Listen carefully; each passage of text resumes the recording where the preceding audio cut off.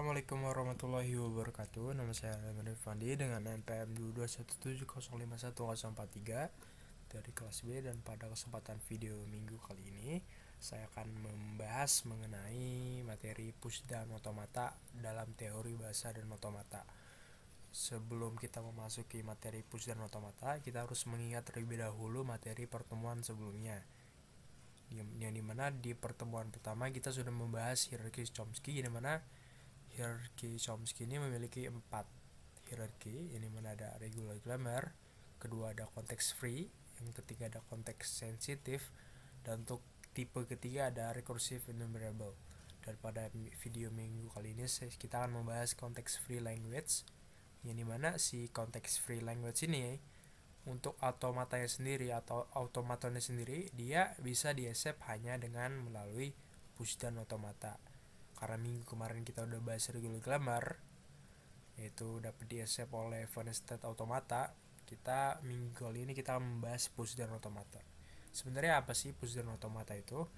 Pushdown otomata itu sebenarnya sama aja kayak Van State automata yang udah kita bahas pada pertemuan sebelumnya, namun dia memiliki konsep kayak stack memory gitu. Jadi dia bisa nyimpan simbol ya, ataupun dia bisa ngepop simbol ya.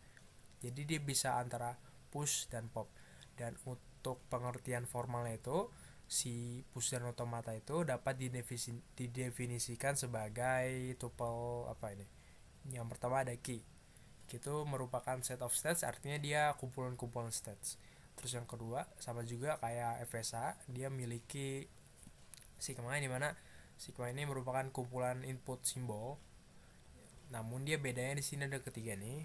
Di sini dia ada gamma, yang dimana gamma ini merupakan kayak simbol pushdown, yang dimana si pushdown kan memiliki konsep stack memory kan.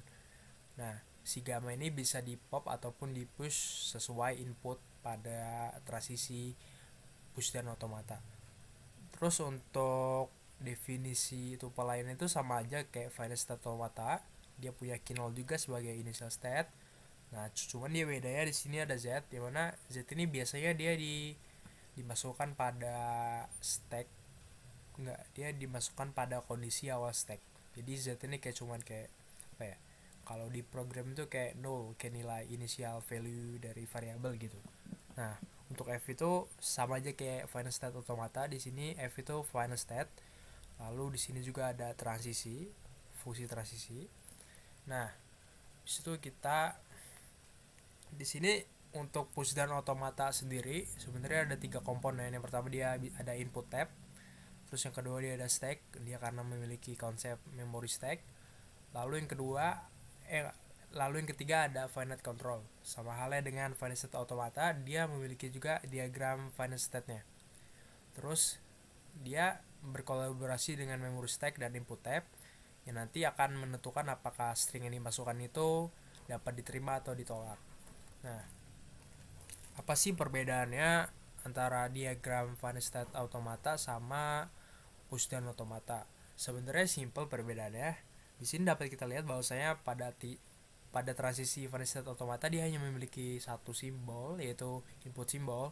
Namun di pushdown otomata dia memiliki 3 simbol, di mana A itu merepresentasikan input simbol sama halnya dengan finite state automata. Namun bedanya dia di B dan C. Dia ada B dan C, yaitu B itu merepresentasikan pop simbol, artinya artinya B itu dibaca atau dikeluarkan dari stack. Namun untuk C merepresentasikan simbol yang dimasukkan ke dalam stack, jadi kayak yang ditumpuk gitu. Nah, untuk dicatat nih, sebuah konteks free grammar language akan diterima pada PDA jika memenuhi salah satu syarat berikut. Jadi dia boleh nggak memenuhi dua-duanya, dia boleh salah satu, asalkan dia harus kayak misal pertama nih, input string harus mencapai final state. Terus yang kedua, stack harus dalam kondisi kosong. Dia boleh salah satu ini memenuhi syarat, boleh juga dia memenuhi kedua syaratnya. Terus di sini ada contoh. Di sini kita diharuskan untuk membuat pushdown otomata yang menerima string language sama dengan O pangkat n atau O power n sama 1 pangkat n atau 1 power n, atau gimana n ini lebih dari atau sama dengan 0. Untuk penjelasan contoh lebih lengkapnya kita akan menggunakan tools tambahan, yaitu di sini website automatonsimulator.com. Di sini saya sudah membuat push dan otomatanya untuk memasukkan input tadi sesuai aturan produksi ini language. Di sini saya ada 4 state, 1 2 3 4, di mana di sini ada start state-nya. Udah dijelasin tadi bahwasanya Z ini merupakan kayak nilai awal atau nilai inisial pada stack. Jadi Z ini harus ada. Z ini boleh ada, boleh enggak. Apa sih, pokoknya kayak nul gitu kalau di programming. Lalu di sini ada S0, S1 dan S2 sebagai final state. Nah, di sini kita akan ngetes untuk inputnya itu 0011 apakah memenuhi syarat ini, dimana O pangkat N, jadi dia bebas boleh O pangkat 2 atau O pangkat 1. Di sini saya O pangkat 2, dimana jadi inputnya itu 0011, ini mana N itu lebih dari sama dengan 0. Jadi udah memenuhi kedua syarat ini. Di sini kita coba ya, di sini kita start, dan untuk start dia untuk stacknya itu dia masih kosong karena belum ada simbol yang dimasukkan ke dalam stack. Namun jika udah melewati ini kan, di sini kan untuk C-nya itu Z, jadi Z itu masuk ke simbol stacknya ini. Lalu dia untuk mendapat 0 dia harus ke rekursif ke dirinya sendiri. Nah, otomatis kan ini kan 0 kan menepati posisi C, di mana C itu harus dimasukkan ke dalam stack. Maka dari itu untuk stack itu ada 0 di atas dan Z di bawah. Terus kita lanjut lagi. Ya, oh ya, stack ini memanfaatkan konsep LIFO ya, last in first out. Jadi yang paling atas atau yang paling apa ya, yang paling luar lah, itu di popnya itu yang paling awal karena dia first out.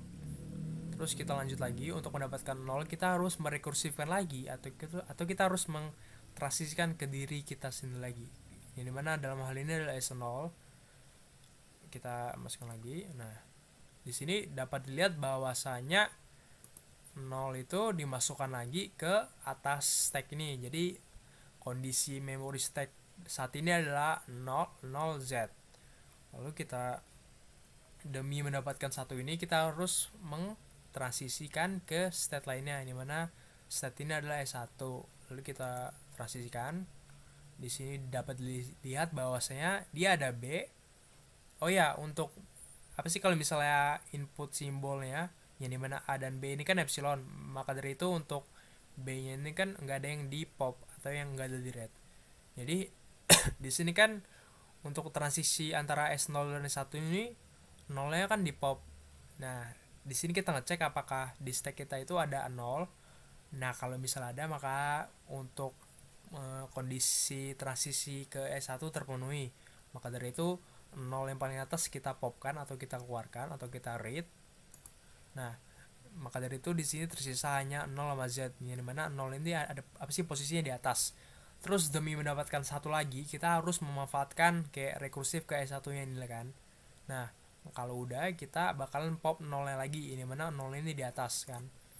Kita pop 0 hilang, sisa Z.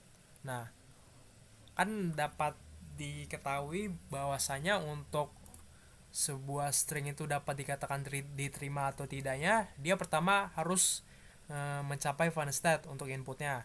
Terus yang kedua, si kondisi stack itu harus dalam kondisi kosong. Di sini dapat kita lihat bahwasanya stack masih ada Z dan kita belum mencapai final state, yang mana final state ini adalah S2. Maka dari itu kita harus mentransisikannya ke S2. Di sini kan dapat lihat bahwasanya B itu mengpopkan Z, maka dari itu kita telah memenuhi kedua syarat tersebut. Maka dari itu dapat kita simpulkan bahwasanya kita telah membuat push dan otomata yang dapat menerima input 0 pangkat N dan 1 pangkat N. Dengan tes inputnya itu ada 0011. Jadi ini bebas, bisa misalnya bisa 111, bisa 000. Itu dia bakalan sama aja, dia bakalan di save nih. Kita lihat. Ya, dia bakalan di save. Nah, kecuali dia satu dulu yang keluar, 1-0 gitu. Kita lihat apakah di save atau enggak. Nah, dia bakal di reject karena pada aturan produksi yang disoal dia itu 0 duluan yang diinputkan. Sekian yang dapat saya sampaikan. Jika ada kesalahan dalam penyebutan dan penyampaian materi yang saya sampaikan tadi, saya mohon maaf. Kepada Allah saya mohon ampun. Wabillahi taufiq wal hidayah. Wassalamualaikum warahmatullahi wabarakatuh.